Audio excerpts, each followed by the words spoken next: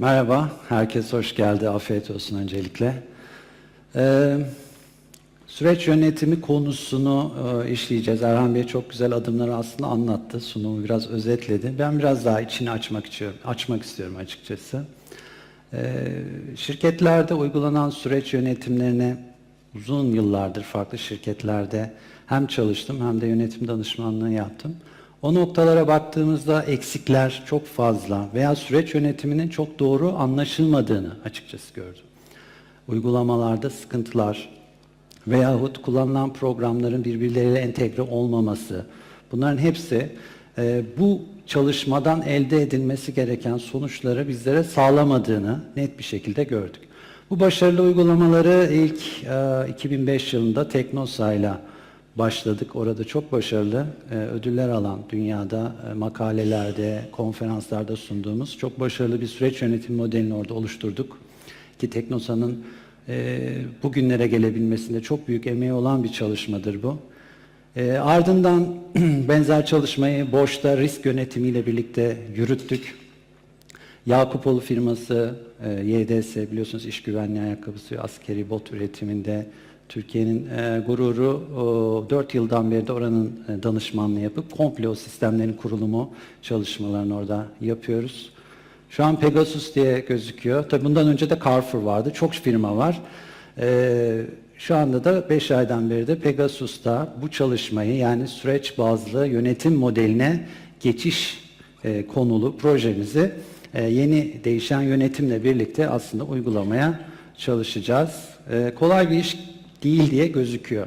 Süreç yönetimi deyince konu sadece bunları çizmek, tanımlamak yetmiyor. Bu da yaşayan bir organizma gibi aslında birçok bileşenleri var. Biraz onlardan bahsetmeden önce bu başarısız süreç yönetimi uygulamalarında gördüğüm nelerdi? Onlara bakarsak şirketler, ben herhalde gittiğim firmalardaki işte danışmanlık için gittiğimde hep bu tür çalışmalar daha önce yapılmış. Her şirkette vardı bu. Ama hep bir küskünlük veya bir bıkkınlıkla bu işler bitmiş, ölmüş, devamlılığı ve sürekliliği getirilememiş. Peki bu başarısız olmasındaki aslında gerekçeler dışında sonuçları nelerdir diye baktığımızda bakıyorsunuz yapılan çalışmalara. Öncelikle bir süreç yönetimi mantığının çok anlaşılmadığını görüyoruz. Birimlerin yaptığı işler sadece tanımlanmış. Yani her birim kendi yaptığı işi tanımlamış. Halbuki süreç yönetimi departmanlar arasındaki ilişkileri görebilmek, o gri noktaları, o kesişim noktalarındaki verimsiz alanları ortaya çıkartmak ve bunlarla ilgili iyileştirmeler yapmayı gerektiren bir çalışma, bir yönetim modeli. Veya demişler ki bunları siz çizin.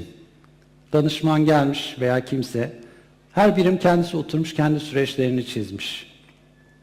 Bununla ilgili bir yere gitmiştim, ben isim vermeyeyim. 3 yıldan beri çalışıyorlarmış ve böyle gruplar oluşturulmuş. 3 yılda sadece bir süreç çizmişler. Çizebilmişler daha doğrusu. Dolayısıyla birimlerin kendi başına yapabileceği bir işte değil bu. Ortak bir dille yazılması ve workshoplarla farklı birimlerin bir araya gelerek bu çalışmaları hazırlıyor olmaları gerekiyor. Benzer işler farklı birimlerde tekrar etmiş veya tekrar etmesi gereken işlerin o birimlerin iş tanımlarında gözükmediğini, görünmediğini gördük. Birimlere hazırlatılan çalışmalar arasında standart yok. Birisi başka font kullanmış, başka bir dil kullanmış, biri başka kutu kullanmış. Bazısı çok detay vermiş içeriğine, kimi çok genel demiş, bazısı hiç bahsetmemiş, ilgilenmemiş. Güvenilirlik tarafına baktığımızda da bu çalışmalar peki yapıldı, niye yaptık? Aslında birinin sahiplenmesi lazım. Bu artık üst yönetim midir? Kalite departmanı mıdır? Başka bir birim midir? Sahiplenilmediğine, istendiğinde bu çalışmalara bize göster denildiğinde gösterilemediğine, böyle bir çalışma var mıydı? Ya yapmıştık ama nerededir, kim yapmıştır, şu diyorlar, oraya buraya yönlendiriyorlar ama oradan da o çalışmalara ulaşamama gibi veyahut hiçbir birim yöneticisinin bunlardan bizim haberimiz yok, bana ne zaman olmuş ki bu diyenler dahi çıkabiliyor. İşte bu negatifliği aslında bizim pozitif tarafa çekebiliyor olmamız gerekiyor. Pegasus tarafında ve BİMSER'le aslında işbirliğimiz bizim de çok daha yeni ama ben daha önceki çalıştığım firmalarda, Teknosa'da, Carrefour'da, Yakupoğlu firmasında QDMS uygulama çözümlerinin hepsini, tüm modüllerini neredeyse uyguladık. Aynı şekilde Pegasus için de bu yönetim sistemini, bu BIMSER çözümlerini uygulama kararını aldık. Aslında bu yaptığımız çalışmalarla birçok kurallara uymayı biz bekliyoruz. Bunlar baktığınız zaman bir hava yolu şirketini düşünün. Dış havacılık kurum denetimleri var çok sık bir şekilde, çok kurallar var. Kendi başına standartları var, yönetmelikleri var. Bunların hepsine uymak durumundayız. Sivil havacılık denetimleri var.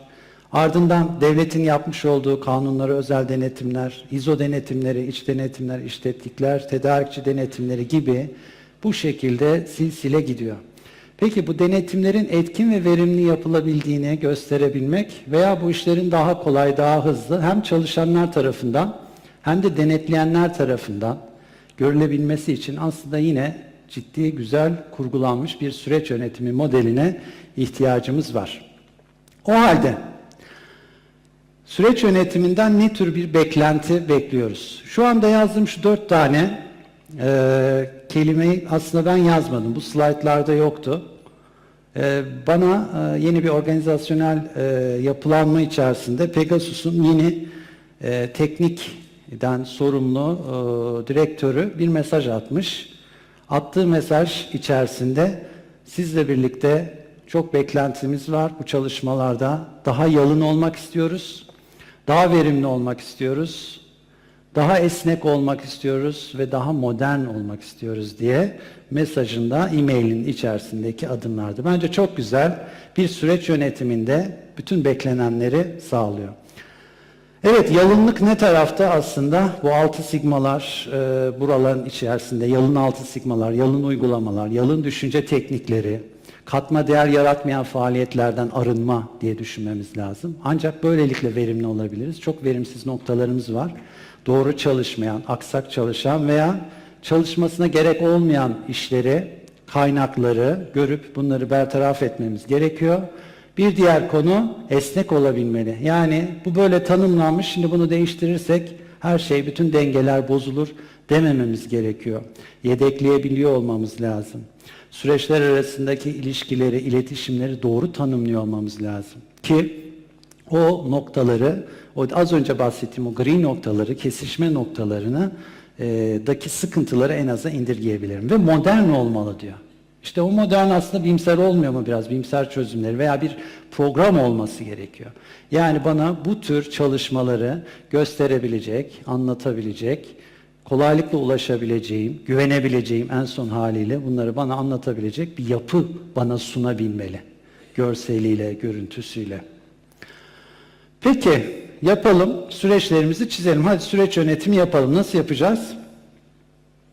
Böyle kutu kutu çizeceğiz mi? Süreç yönetimini daha çok böyle anlıyoruz. Belki işte bu yeni programlar falan diyor ki buraya doküman da ekleyebilirsin diyor. Ondan sonra şunu ekleyebilirsin, bunu ekleyebilirsin. Neler eklenebiliyor? Sabahki seanslarda bunlardan bazılarından bahsedilmedi. Bahsedilmeyenlerden biri yetkinlik. Yeni çıkan ISO 9001 standardı diyor ki süreçleri gerçekleştiren, faaliyetleri gerçekleştiren pozisyonların yetkinliklerini orada tarif edin. Yani hangi yetkinliğe, hangi bilgiye sahip olmalı? Peki o sahip midir o pozisyon? Daha sonra da bunları ölçün ve değerlendirin diyor. Bu da ne demektir? Aslında biz süreç şemalarımızda az önce çizdiğimiz o şemaların içerisinde işi yapan kişilerin olması gereken yetkinliklerini de tarif edebiliyor olmam lazım. Bir diğer konusu risk yönetimi. Belki bir 5 yıl sonra artık süreç yönetimi de demeyeceğiz. Tamamen adına risk yönetimi diyeceğiz bu işe. Çünkü risk yönetimi biliyorsunuz risk hedeflerin gerçekleştirilememesi üzerindeki belirsizliklerdir. Dolayısıyla her şirket hedefler doğrultusunda koşuyor. Süreçler de hedefler doğrultusunda koşuyor. Ama bu algıyı ben performans değil de risk olarak zaten tanımlarsam risk performansı da kapsıyor içerisinde. Çünkü hedefler içinde, hedeflerin gerçekleştirilememesi dediği zaman artık bunun adı birkaç yıl sonra tamamen bir risk yönetim modeline doğru geçiş olacaktır. Dikkat ederseniz yeni standartların çoğunda risk yönetimi veya ISO 31000 standardı referans olarak gösteriliyor. Performans ve dokümanlar çok bahsediliyor. Bilinen konular, evet, çıkış noktaları, aman dokümanlarımı bağlayayım, performanslar işte gözüksün, KPI'ler, kurum karneleri bunların içinde gözüksün, buraları bile zayıf, buraya performans diyorsanız bunun içini stratejiyle de iyi doldurmanız lazım. O performansı neye göre belirledin? O hedefi neye göre verdin? Aslında bunlar hep şirket stratejileriyle de uyumlu olmalı. Yani konu sadece performans değil. Önce stratejiler belirlenecek. O stratejilere bağlı performans parametreleri ilgili süreç faaliyet kutularına bağlanıyor olması gerekiyor. Bu da eksiklerden bir tanesi, uygulamalardan. Harvard Business Review'un bir şeyi vardı. Benim eğitim slaytlarının içinde var ama çok hatırlamıyorum. Galiba hazırlanan strateji çalışmaların sadece %5'i firmalar tarafından etkin bir şekilde kullanılıyormuş. Yani sadece yapmak için o stratejik çalışmaları yapıyoruz. Aslında bu tür çalışmaların tamamen başlangıç noktası üst yönetim tarafından belirlenmiş. O yönü, o amaçları bir şekilde aşağıya kadar, tüm iş yapan birimlere kadar, süreçlere kadar indirebiliyor olmak gerekliliği. En sonda zavallı bir kontrol var orada. Kontrolden de çok bahseden olmadı. Bu da geliyor. Yani iç kontrol, COSO modeli dediğimiz, yani süreç içerisinde hangi noktalarda kontroller yapılıyor veya yapmalıyım ki oralar benim için riskli noktalar. Eğer orada o faaliyet yapan, işi yapan arkadaş işini doğru yapmaz ise o sürecin hedefleri sapar, riskli olur diyorsak oralara işte böyle bir kontrol noktaları gibi bir takım belirgin kutular koyuyor olmamız lazım. Ve bu kontrol noktaları da çoğunlukla risklerle de ilişkili olması lazım. Bir yere kontrol noktası koyuyorsanız bir faaliyetin içine mutlaka o bir risk yaratabileceği için koydunuz o kontrol noktasına. Dolayısıyla bakın süreç sadece doküman ve performanstan oluşmadığı gibi buradan itibaren şu 3 tane konu, yetkinlik, risk ve kontrol noktalarının da süreç şemaları içerisinde tanımlanabiliyor olması önemli. Geçen yılda aynı etkinlikte bir sunum yapmıştım. O zaman kendi firmam Infomant tarafından vermiştim. Şimdi Pegasus kimliğimle veriyorum ama bu onun benzer bir slaydı ama Pegasus'a dönüştürülmüş bir slayttır. Aslında BİMSER'in süreç yönetimi modülü, ben de onlarla birlikte çok çalıştım. Hatta kısmi danışmanlıklar bile veriyorum BİMSER'e. Bu konuda şunu şöyle yapın, böyle koyun, şöyle yapın diye. Ve dikkat ederseniz şu bir faaliyet kutusu olarak düşünün, şunun tamamını. Ve bu faaliyet kutusunun içerisine ben hangi bilgileri gömebiliyorum? Baktığınız zaman riskleri koyabiliyorum. Bakın bir örnek var burada. Neler demişiz? Veya önce bir faaliyete bakalım. İşi kim yapıyor? Yükleme elemanı yapıyor. Ne işi yapıyor? Müşteri valizlerinin dağıtılmak üzere banta yüklenmesi. Peki bunu yaparken uygulaması gereken bir doküman var mı? Evet var, eklemişim. Valiz dağıtım prosedürü. Şimdi geliyorum bu kutunun dışında çok düşünülmeyen, çok doldurulmayan kısımlara. Peki bu iş yapılırken olabilecek riskler nelerdir? Yani ben valizleri bantlara yerleştirirken ne olursa ben hedeflerimi gerçekleştiremem veya müşteri memnuniyetini sağlayamam diye sorduğumda işte bant arızası olması, yükleme araçlarının kaza yapması benim çok istediğim bir konu değil. Bunu risk olarak tarif edebileceğim gibi. Peki bu arkadaşımız müşteri valizlerini dağıtan kişinin ne tür yetkinliğe sahip olması gerekiyor dediğimizde bunların kontrolünü barkodlarla yaptıkları için, elektronik kontrol yapıldığı için dolayısıyla o programın, o barkodun nasıl kullanılacağını o arkadaşın biliyor olması lazım. Peki performans parametresi nedir? Bu arkadaşın, bu faaliyeti yapan kişinin ne demişiz? Mesela zamanda yükleme yüzdesi veyahut kayıp bagaj yüzdesi. Bunlar bu arkadaşın performans parametresi iken risk göstergeleri, yani ölçebileceğim risk göstergeleri neler diye örnek vermişim. Eğer bant arızası benim riskimse bant arızası sayısı da benim ölçebileceğim bir risk göstergesi. Eğer bu sayı çok sürekli artıyorsa demek ki ben işimi doğru ve etkin bir şekilde yapamayacağım, hedeflerimi gerçekleştiremeyeceğim ve bu da müşteri şikayetlerine yol açacaktır. Bunu benim yakından ölçerek takip ediyor olmam lazım. Performans olarak değil, risk göstergesi olarak bunları takip ediyor olmak gerekiyor. Firmalarda çoğu zaman baktığımızda performans parametrelerinin içerisinde bazı risk ile ilgili göstergeler birbirinin içine girmiş. Bu ayrımı da çok güzel yapabiliyor olmak lazım. Hangi parametreler performans parametreleridir, hangileri risk parametreleridir. Ama bunları besleyen elbette ki buradaki şirket stratejileri performansla bağlanmalı. Riskler ise bu faaliyet özel riskler ise sürece özel riskler ise bunlara bakarak da parametrelerimizi buraya koymamız gerekiyor. Bir güzel taraf, bir güzel durum. Buraya biz kaynakları da tarif edebiliriz. 5 kişi çalışıyor. İşte şu programlar kullanılıyor şeklinde. Örneğin sistemin adını yazmışız buraya. Valiz barkod takip programı. Demek ki bu faaliyeti yapan kişinin mutlaka bu programı nasıl kullandığını bilmesi lazım. Onun için yetkinliğine de buraya program bilgisi diye yazdık. Ve son olarak da eğer doküman dışında da ekstra dikkat edilmesi gereken bir konu var ise de not olarak bunu yine bu faaliyet kutusunun içerisine burada ne yazmışız? Üzerinde barkodu olmayan valizler ne diyor?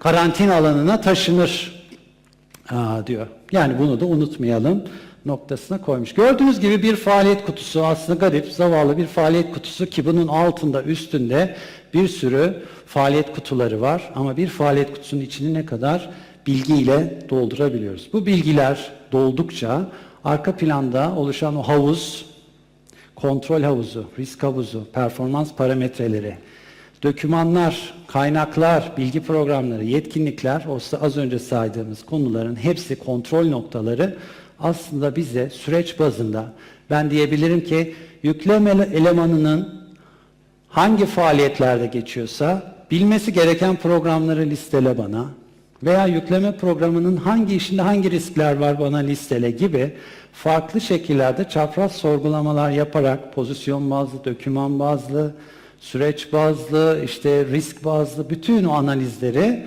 artık yapabilir hale geliyorum. Ama bunu yapabilmem için tabii ki şirketin tamamını kapsayacak şekilde bu çalışmaları düzgün ve tek bir dilden yapabiliyor olmak önemli.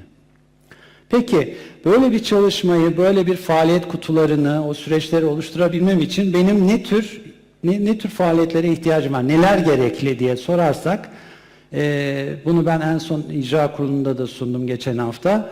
Bizim mevcut dokümantasyonlara öncelikle varsa bu dokümantasyonlara ihtiyaçlarımız var. Evet var diyor, bakıyorsunuz ama yeterli değil. Var diyor ama güncel değil. Önce bunların düzenlenmesi, düzeltilmesi gerekiyor.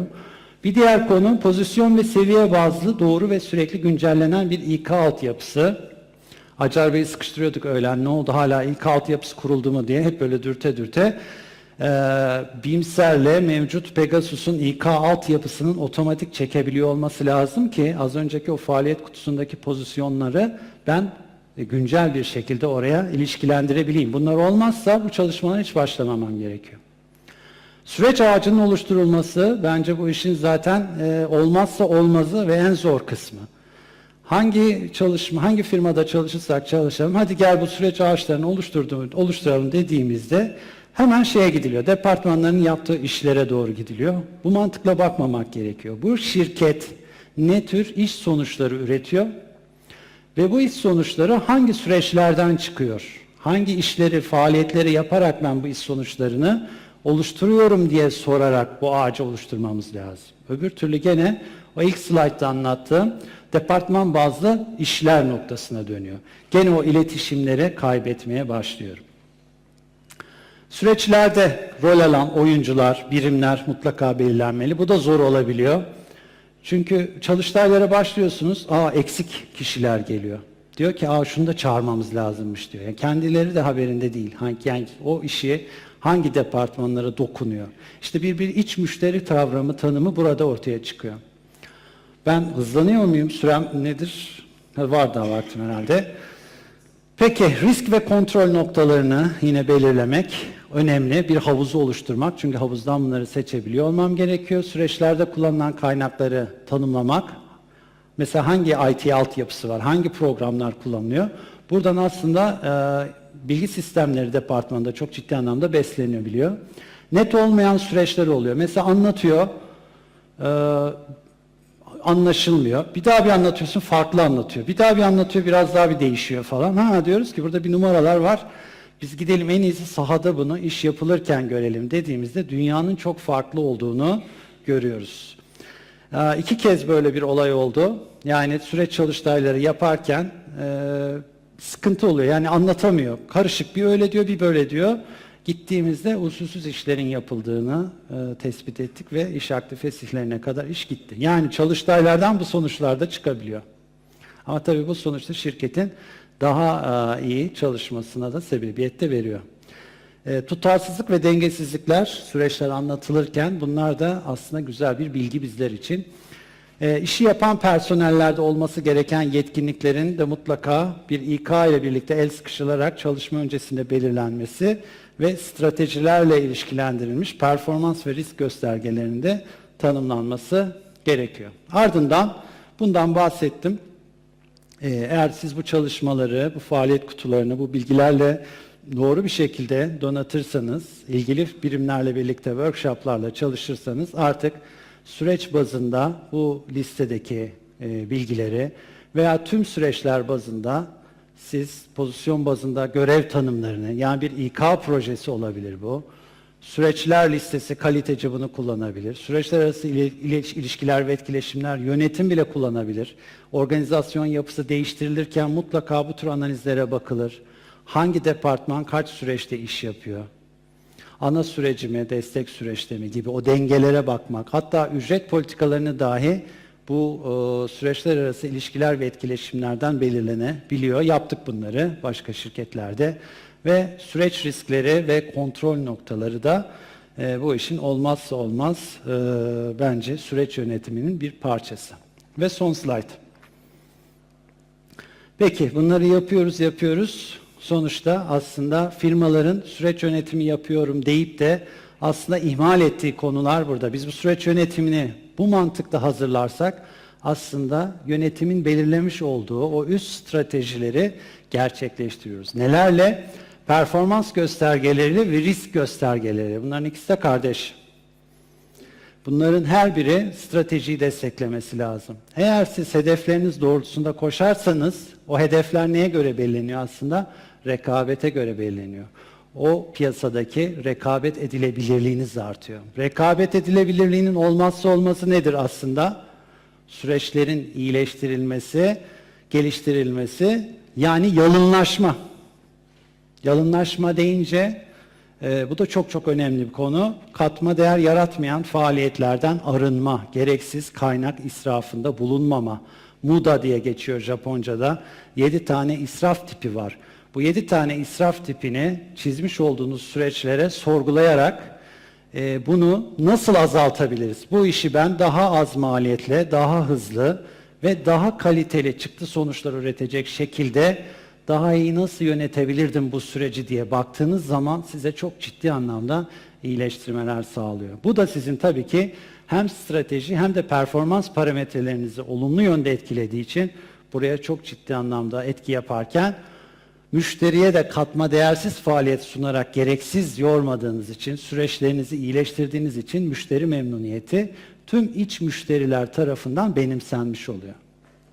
Müşteri memnuniyeti sadece bir iki departmanın sorumluluğunda değildir. Tüm çalışanlar müşteri odaklı olmak durumda. İşte bu çalışmaları kurduğunuzda ve hedef ve performans ve riskleri bu noktada koyduğunuzda bütün çalışanlar müşteri odaklı olmaya başlıyor. Çünkü birbirleri arasındaki etkileşimleri, süreçlerini, olması gereken pozisyonu, o rolde niye olduğunun anlaşılması çalışanlar tarafından net olduğu için dolayısıyla ben daha müşteri odaklı bir şirket haline getirebiliyorum. Siz müşteri odaklı bir şirketseniz hem iç müşterileriniz yani çalışanlarınız, tedarikçileriniz hem de baktığınız zaman müşterileriniz, para kazandığınız müşterilerinizin bağlılığını görüyoruz. Her şey loyalty için yani o aidiyet duygusunu aslında hem içeride hem dışarıda oluşturduğumuz zaman sonuçta işte iş mükemmelliği mi olur artık adı, operasyonel mükemmellik mi olur?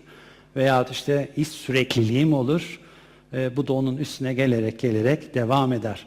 Burada olmazsa olmaz lean thinking dedik ama iyileştirme, sürekli iyileştirme. Süreç yönetimi eşittir sürekli iyileştirmedir. İyileştirme sağlayamadığınız hiçbir çalışmaya süreç yönetimi diyemeyiz. Sadece çizdim, denetime geldiler, gördüler, beğendiler. Buradan pozisyonları da ben listeliyorum, çıkıyor, gösterebiliyorum, kaynaklarım buradan şirkete ne fayda sağladım? Parasal anlamda, müşteri anlamında ne sağladım? Eğer bunları sağlayamıyorsak süreç yönetimi yapıyoruz ve doğru çalışıyoruz diyemeyiz. Ben teşekkür ediyorum. Soru sonra mı alacağız? Şimdi mi? Sonra alacakmışız. Teşekkürler. Güzel bir konferans olsun inşallah.